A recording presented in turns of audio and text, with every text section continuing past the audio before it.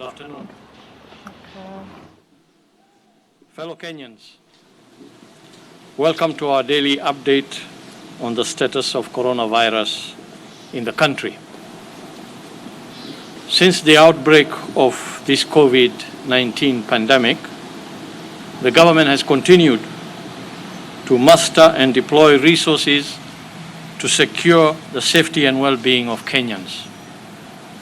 As a ministry, we have continued to upgrade our level of preparedness and overall capability to manage this pandemic.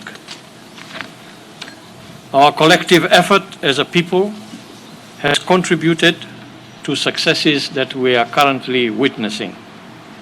These gains have been responsible for the gradual opening of various economic enterprises.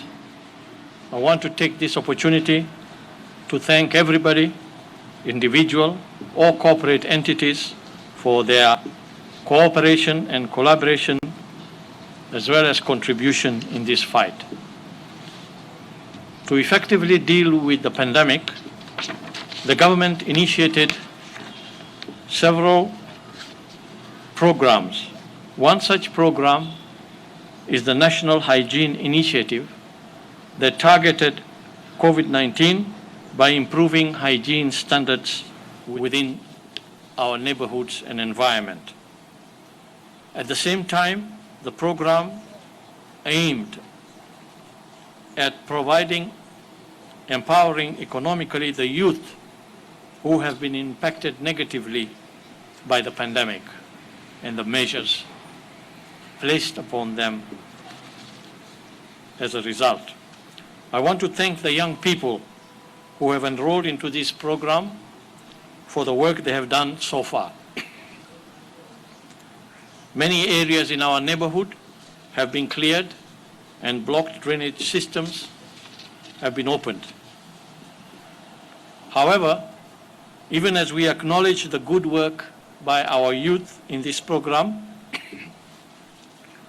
we have also observed a disturbing behavior by these youth, some of these youth, whereby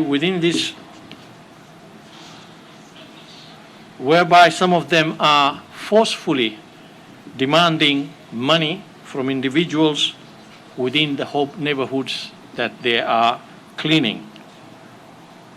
I want to appeal to them to respect the original intention of the program and to remind them that this is not only unacceptable, but it is also unlawful to demand money, and that they should refrain from such practices.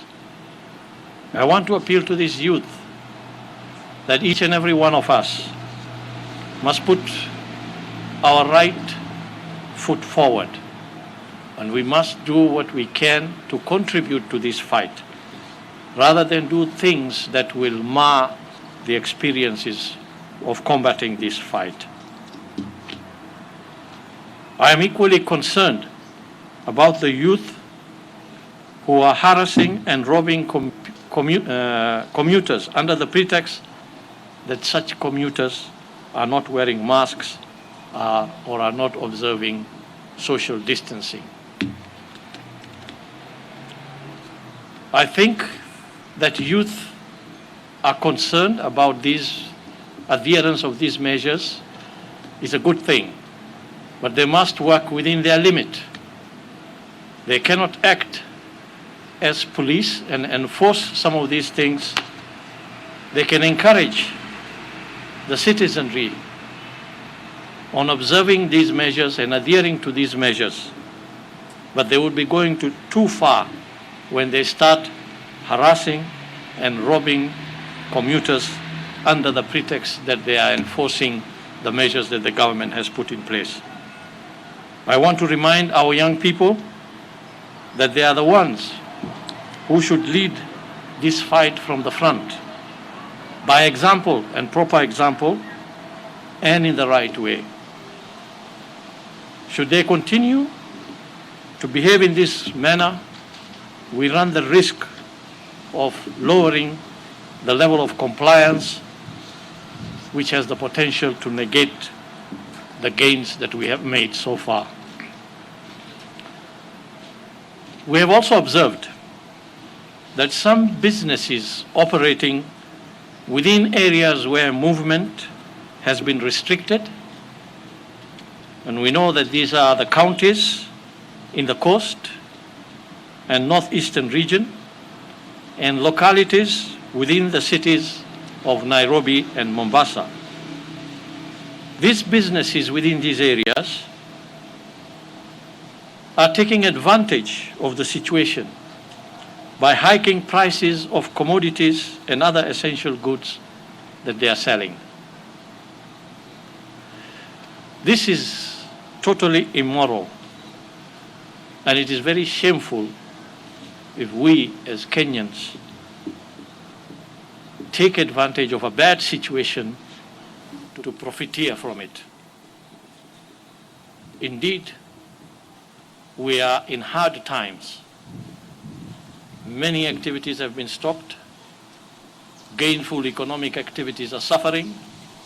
But these are the sacrifices that each and every one of us must live with. Businesses, those that are operating, may not be operating at the levels that they were doing so, and they may not be registering the profit margins that they were used to. I think this is the time for Kenyans to stand up and take the sacrifices. This applies to business people as well. This is the time to review those profit margins and reduce them so that you stand in solidarity with those who are affected. I want to appeal to these vendors to be more considerate, as these are not normal times. As we have said repeatedly, this is the time that we must be each other's keeper. Yesterday, we informed you about a team that went to Kajiado on a tour and fact-finding mission to ascertain the measures that are needed that we have put in place to curtail cross-border transmission of the disease. Arising from that visit, I want to report that we shall very soon be receiving a mobile laboratory from across the border, courtesy of the East African Community, a program within the East African Community that aims at improving disease surveillance within the member states. This is a program that existed before. It just so happens, perhaps in a very fortunate and timely way, that the elements of this program, which include providing mobile laboratories to the member states, is happening at a time when we really need it at those border points. So through this program, we shall be receiving 2 mobile laboratories for Kenya, and these laboratories are fully equipped to do molecular work and the work that the testing that we are carrying out for COVID-19. And hopefully within the next week, we shall have one of these labs stationed and operational in Namanga so that we can address the testing of truck drivers at that border point.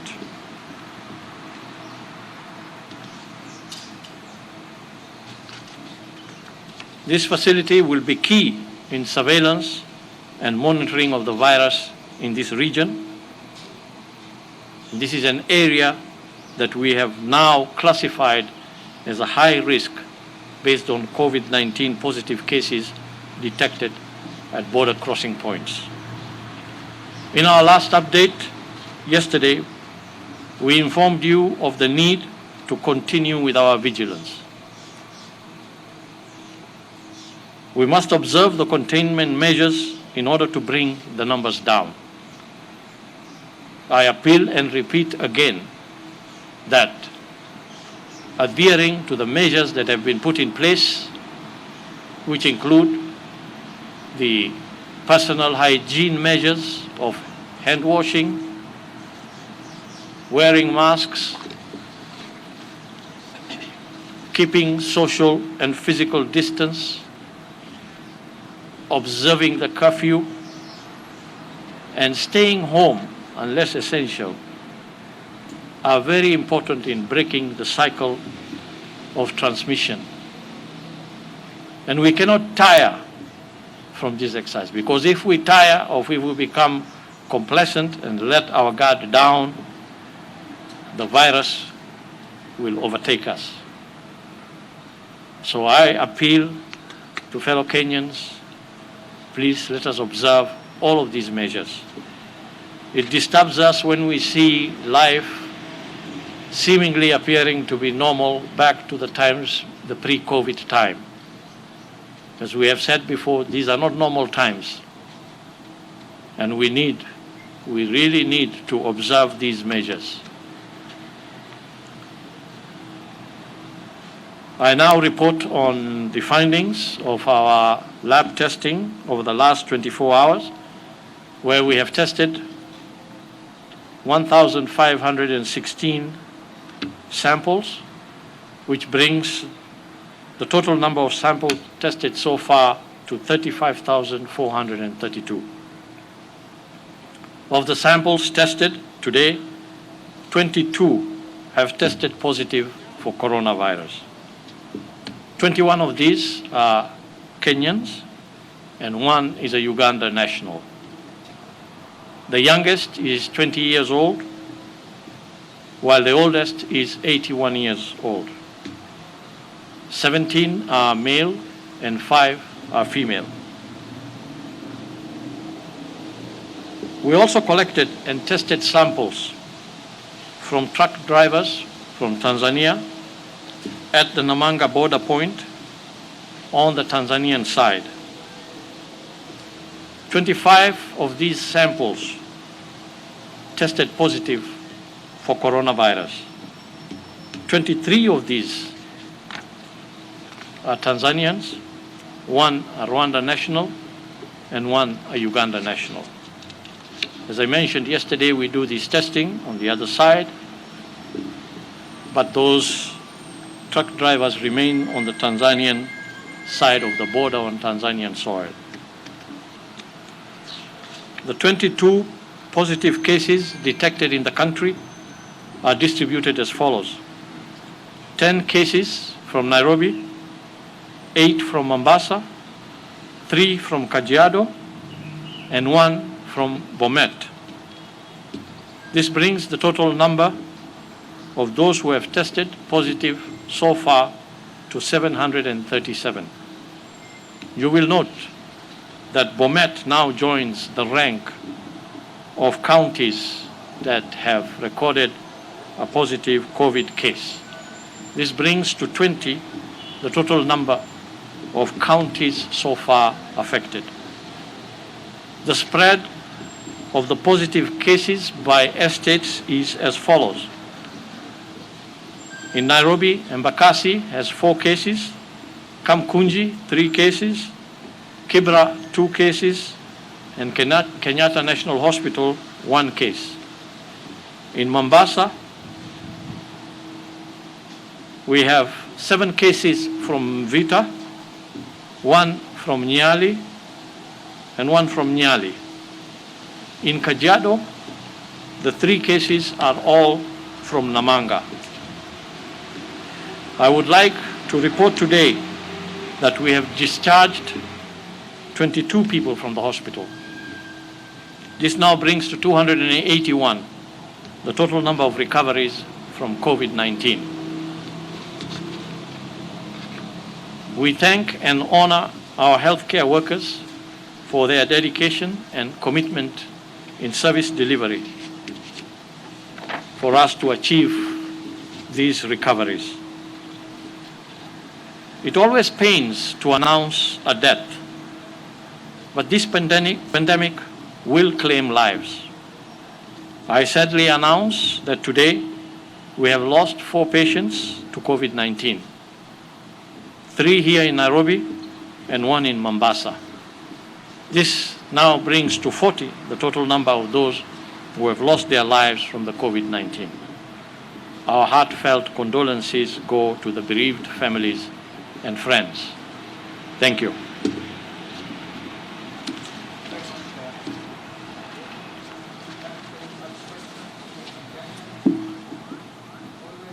Tell them to speak loudly. Yeah? We can't hear. Yeah? Sometimes you don't hear.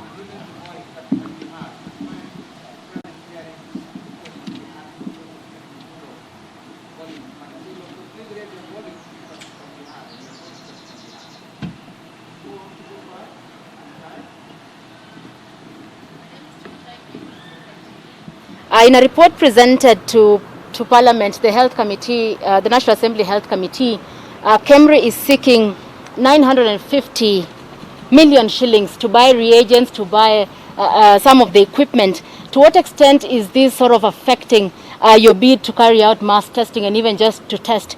And then the second question, the U.S.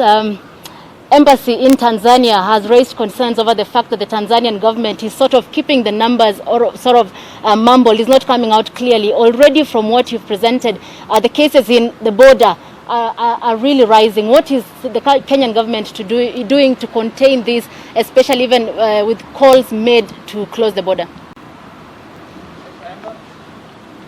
Maybe on the same note with Mheshimiwa, with what Goin has actually said, the government actually intends to put up a mobile laboratory at the Namanga border.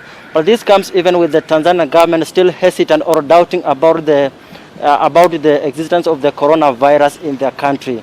Do you feel as a country, to some extent, we are actually cooperating very well with the Tanzanian government in the fight against COVID-19? And what if they are actually going to be so much hesitant with maybe placement of such kind of a facility at Namanga border? Thank you very much. Mark Namaso, KTN News. I'm asking about the cost implications of testing. Yes, my question concerns the cost implications of testing truck drivers. How much are you charging Kenyan drivers and how much are you charging their Tanzanian counterparts? Okay. Asante sana Kanali kwa hii fursa. Naitwa Boni kutoka Aero TV. Katibu, ningependa kujua visa vya maambukizi vimepungua ama hatujavisikia upande wa Kawangware na Isili. Ni kwamba hamjafanya kupima ama nini kinaendelea? Asante. Okay. My question is in regard to testing. The CS Balala had announced that you're going to subsidize testing for restaurant workers.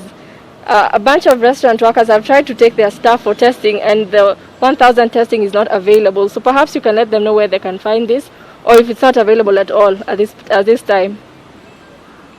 Okay. Thank you. Let me start with the question by Chemtai of Citizen regarding the statement presented to Parliament, where you say KEMRI is claiming certain sum of money. I think it's actually 790 million and not 900 and something. I've seen that report. And how does this affect our testing? I don't want to delve into the matter that is in the report, but I will respond to the question as to whether it is affecting our testing or not. As we have said, our testing program encompasses several testing centers. The National Influenza Center within the National Public Health Laboratory is one of those. KEMRI Laboratories is another one.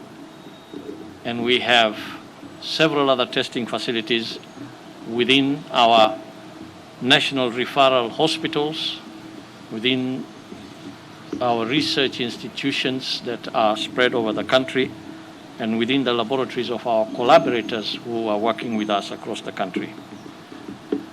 And for most of these laboratories, for the COVID-19 response, the government has developed a resource plan for not only testing, but for all the requirements that we need for the COVID response. The so-called COVID response contingency plan. And in this plan, we have quantified and earmarked resources that will go to various activities. Since we're talking about testing here, I can tell you that we have earmarked resources, we have quantified, and we know what are the resources we require for testing. We have been able to get resources for testing through the resources that the country has mobilized so far. And if you will note, you will see that our testing levels have continued to increase despite the constraints that I have mentioned repeatedly in terms of getting the reagents and other products. So what I want to say at this point is that our testing ability is not going to be constrained because of lack of resources to buy the reagents.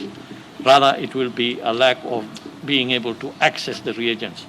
I am, however, happy to announce to you that yesterday we received consignment of 8,000 tests for one of the instruments that we use. And today we're expecting another almost 18,000 tests for that. And we have several of these tests that we have now been assured are in the pipeline that we shall receive another consignment by the end of this month. And we shall receive another consignment during the month of July. So I think in terms of the reagents for testing in the lab, at this point in time, we have sufficient reagents to be able to do the testing and the targeted testing that we want to do. This now brings me also to answer the last question that was in Kiswahili on Kawangware and why is it that we are not doing any more testing or reporting cases in Kawangware. With the consignments that we have now, we shall be going back to some of these high-risk areas. We shall also be going to new high-risk areas that we have identified. So I believe that in the coming days, as we expand our testing, our aim is really to be able to follow the maps, the risk maps that have been created based on the cases that we have seen, to follow those pathways and to get a better picture of really what the level of transmission of the virus is in some of these areas. It is because of this type of approach that we have been able to see what is happening in places like Isli and Old Town, and there could well be other places that there is some level of circulation that will only be revealed once we go in there and do the targeted testing. You can see we have now focused on the border points, especially in Namanga, and you can already see the kind of numbers that we are getting and the worry that that creates for us. There was also a question about the U.S. Embassy putting out some information there. There's a lot of information that we have seen also in the social media regarding the situation in our neighboring country. I do not know the veracity of this information and cannot comment on it. All I can say is that Tanzania is a neighbor, it neighbors us, and it is a member of the East African community. And as members of East African community, we work very closely, we collaborate with each other, and we are people of one region that work together. So our role as a government in Kenya, in addition to our regional interests, is also our national interest of protecting our people. And we will continue to do and protect our people in this COVID-19 response. And that means that we will test people who are entering our country. So that mobile lab, which somebody said was asking why is it to be put in the Tanzanian border if the Tanzanians are not going to accept our results. It is for our protection because we will test people who are coming in. And I think in time also I'm made to understand that Tanzania is also planning to equally have testing programs on their side of the border. So as a government, we will continue to do that, to test the border points, entry into the border points. We will also test, as we said, our truck drivers from the point of origin, because they also trek through a corridor and will be spreading the virus, and it's good to know their status before they start their journey. So we'll continue with those programs of testing. I will also ask the DG to comment on that when I finish answering some of these questions.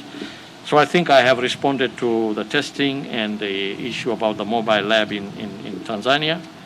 The cost implications on the truck drivers, I'll leave that to the DG to respond to. And I think it ties in with the issue of subsidized testing for the restaurant and hoteliers, restaurateurs and hoteliers. So I'll ask the DG maybe to add a word or two to what I have said. Thank you, CS. Just to add to what Waziri has said, of course, Tanzania is a good neighbor. We are members of the East African community. And we are also members of the global community, including the World Health Organization. In accordance with the International Health Relations 2005, we are all obliged to report cases of COVID-19. And as our country, Kenya will continue to report, will continue to test and report on the cases that we get. And likewise, we expect our neighbors to continue to do so as members of the WHO. Of course, placing the mobile lab in Namanga was one, to be able to address the snarl up at the border and also to ensure seamless movement of cargo from our neighboring country, from Tanzania to Kenya and vice versa. And we had agreed that even before, when we said that we are closing even the airspace, that cargo will continue to flow because we'll still have to eat. So it was just imperative that we place that lab in Namanga. But if a decision is made otherwise, for example, if that border was, for one reason or the other, not to continue functioning, that is the beauty of having a mobile laboratory, because you simply move it to another desiring site where you can deploy it into immediate use.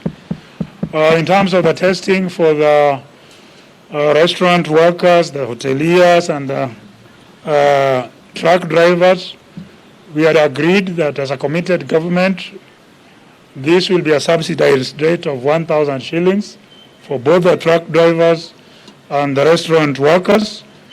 But basically, it is a subsidized price because the actual cost of the test is much more. We have not begun the testing of the hoteliers and the restaurant workers because in our meeting on Monday with the Cabinet Secretary for Tourism, Honaji Balala, we agreed that we are going to work with their respective associations, including Public Entertainment, Restaurants, and Association of Kenya, to be able to develop standard operating procedures based on the guidelines and protocols that we had issued before. So we agreed that on Monday, we are going to finalize these standard operating procedures, not only for restaurants, but also for hotels and also for accommodation facilities, so that we address this matter in a wholesome manner. And once we do the SOPs and we sign them off, then we shall begin the testing of the hotels and restaurant workers. Of course, the testing of the truckers has already commenced, and as information that we have shared with you, if you look at the disease burden from our neighbors, then you see that we have a big challenge. More so that these are people who are captured through our formal border point at Namanga, not forgetting those who come through the porous or Panya routes, whom we may not be able to access. And it is imperative again that we appeal to the people along our borders to be very vigilant and to be able to report on any suspicious movement from our neighboring countries, to be able to bring that information quickly to the security apparatus and the healthcare workers, so that we can be able to map out the specific interventions to ensure public health security of the Kenyan people. Asante.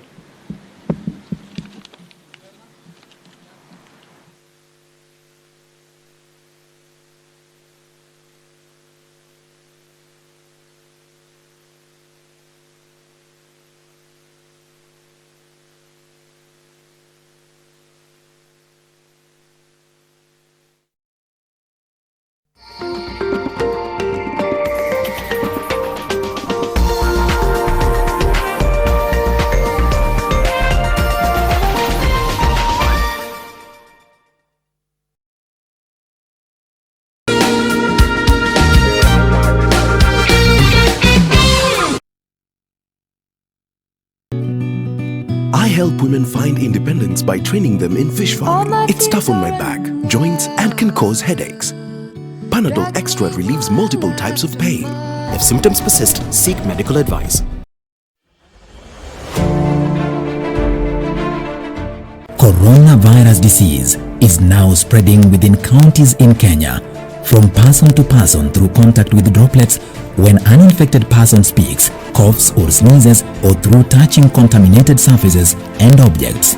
Anybody with a weakened body immunity has a greater risk of contracting coronavirus disease. People living with pre-existing medical conditions such as HIV, cancer, TB, diabetes among others must adhere to their treatment to strengthen immunity and therefore should ensure they have a constant supply of necessary medicines. Contact your clinic or health facility for information on how to access treatment. Help others within your network to access adequate supply of essential medicines. Ensure that you remain connected with your local networks for any support and follow the medical guidelines provided by your health facility to prevent coronavirus. Remember to stay updated with information on coronavirus using only trusted reliable channels. For more information on COVID-19, call 719 or dial *719#. COVID-19 is preventable.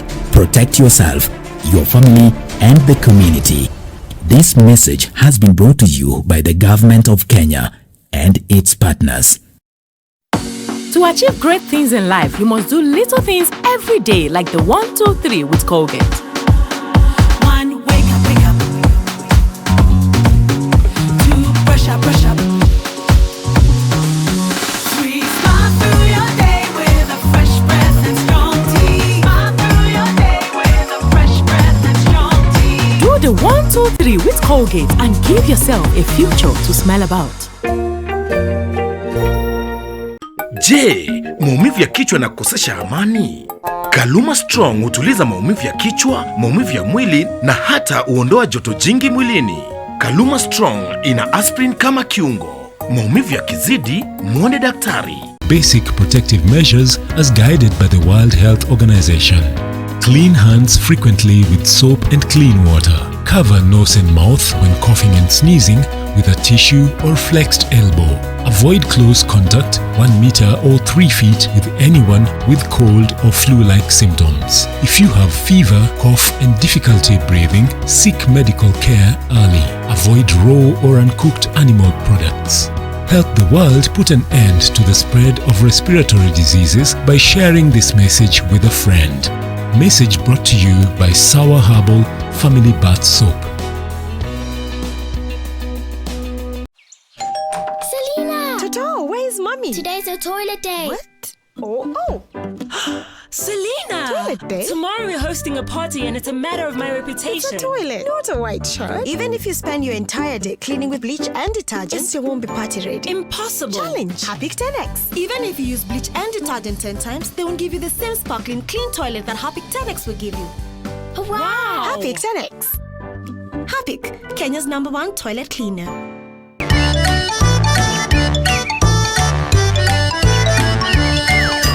1, 2, 3, 4, 5. Once I caught a fish alive. 6, 7, 8. The young ones are at home, and we know how that can go.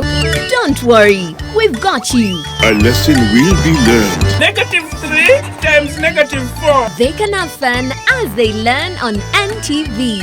What does 0 mean? It's just a number that means nothing. This is so much fun! It's our secret. NTV, turning on your world.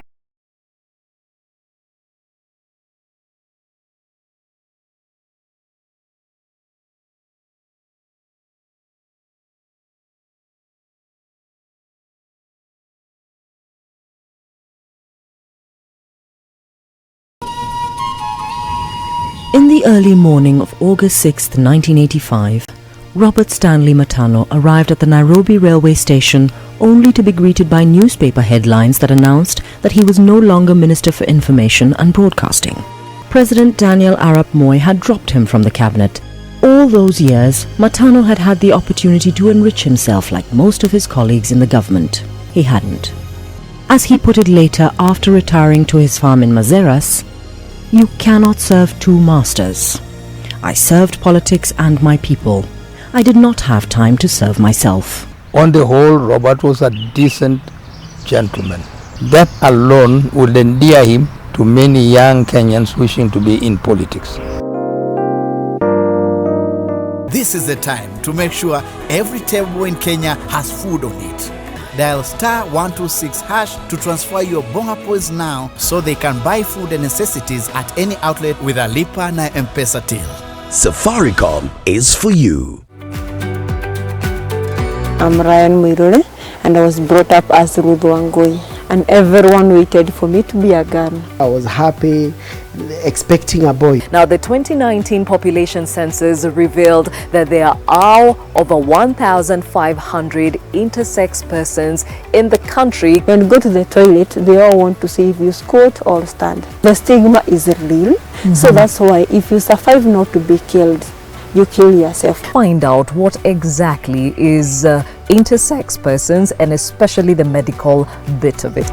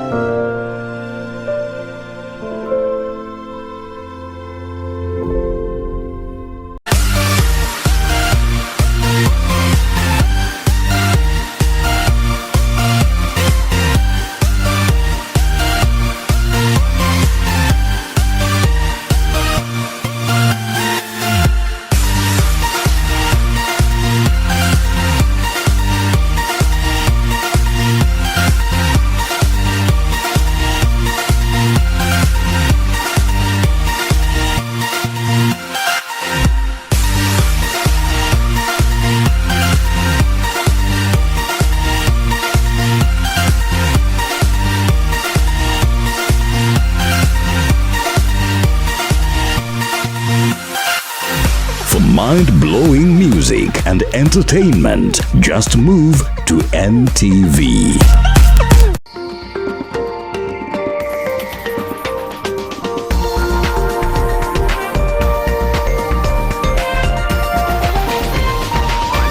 NTV, turning on your world. The following program has been rated GE. It is therefore suitable for general family viewing. Best friends and sisters, Barbie and me. Together our adventures set us free. A mermaid here, a princess there. What happens if you just believe? A life of possibilities, where adventure never stops. It's just a sprinkle, sparkle, hop. It's just a dream away, with the cherry on top.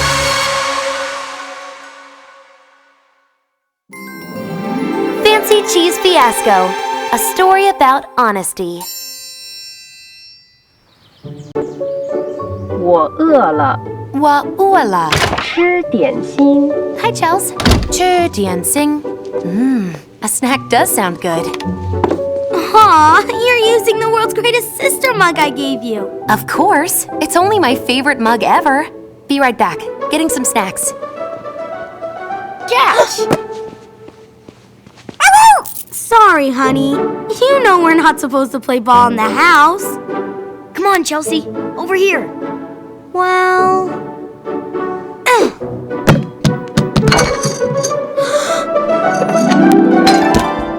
Oh no, I broke it! So what? We can glue it back together. Who's gonna know? You mean not tell Barbie?